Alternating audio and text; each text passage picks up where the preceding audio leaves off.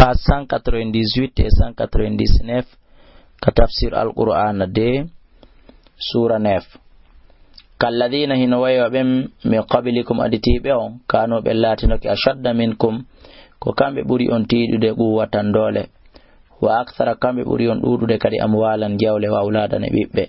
kono baabe yeddi Allah fastamta'u be dakimitino kebe nyamino bi khalaqim kebe mabbe den ka aduna fastamta'tum onon kadi nyame dakimete bi khalaqim kebe mon den kama stamta'a alladina wa dakimitorno ben min qablikum aditibe on bi khalaqim kebe mabbe den wa khuttum onon kadi jumpon kalladhi khadu wa no man yerne be jumpiri mojja on hettay mi rewna on kam rewnunobe don ko du wonton ulaika be do habitatu boni amalum gollel mabbe ni fi dunya ka aduna wal akhirati kalahara wa ulaika be do humul khasirun ko be won pirdube alam yatihim ene arali be naba alladhina khabar be min qabil aditibe be do minun wona yimbe annabi nuh ben wa adin wa samuda wa qaumi ibrahima wa ashabi madyana yimbe madyana dum ko yimbe annabi shuaib wal mutafikati yimbe pitaji wo be wi'a ben kadi ko yimbe annabi shuaibu tafsiri jugo inna o e do ko yimbe annabi lut fu modun no ari kono do non ko yimbe annabi lut be woni ko tabiti o tafsir do parce que no ashabu madyana yimbe annabi shuaib ben no baawo atatum be do fo addanino be rusulum ne laabe mabbe bil bayinati on de jaaji feñudi holludi ko be ne laabe kono be jabano fama kana Allah wanali liyazlimahum tonya be sabu ko halkibe ko walakin sun kanu belati nafsum ko horama be yazlimun ko be toni wal mu'minuna gumni horbe be wal mu'minatu gumni be rewbe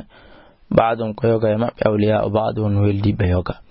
ya'muruna paske kambe be yamira bil ma'ruf ko mo'i wa yanhauna bi adanil munkar ko anya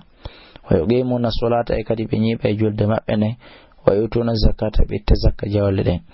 wa yuti'una Allah bi dofti kadi Allah wa rasulahu en laado makko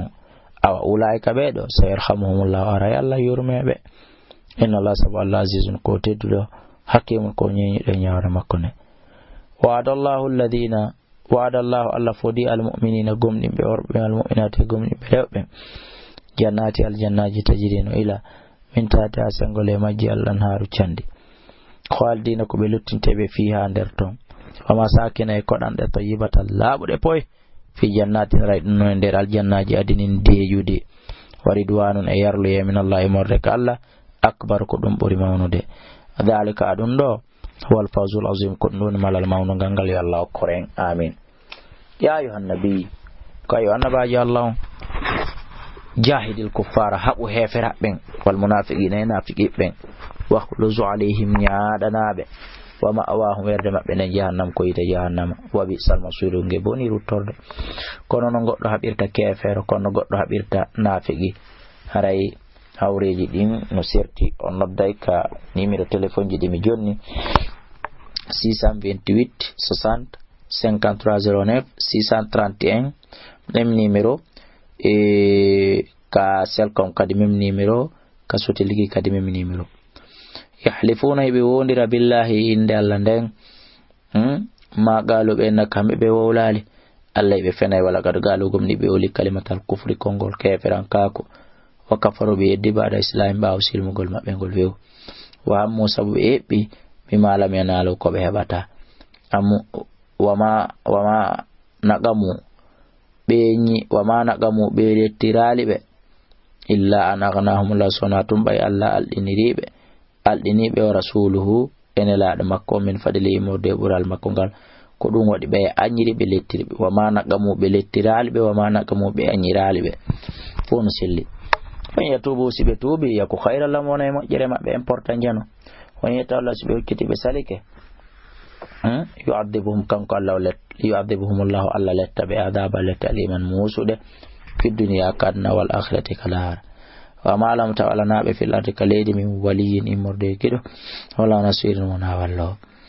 wa minun mana hada Allah wa hawdu Allah la in atana wallahi so kime min fadli imurde budal makongal la nasaddaqanna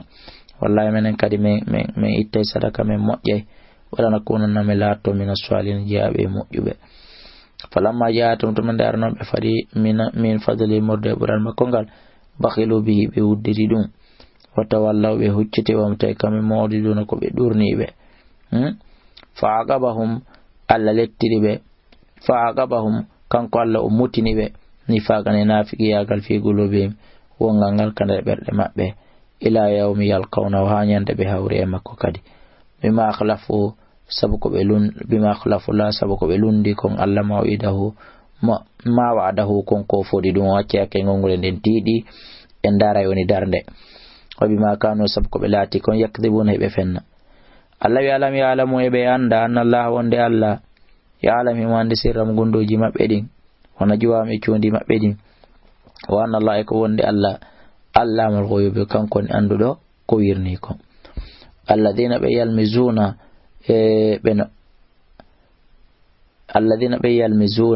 beno aibina almutawwi'ina waɗɓe ɓen nafila waɗɓe ɓen sadaka ka jihad min almu'minina immorde gomɗiɓe ɓe fa yaskharuna minhum ɓe jalno ɓe moƴƴa sakhira Allahu minhum kono Allah kadi jaltoytoɓe ñande dargal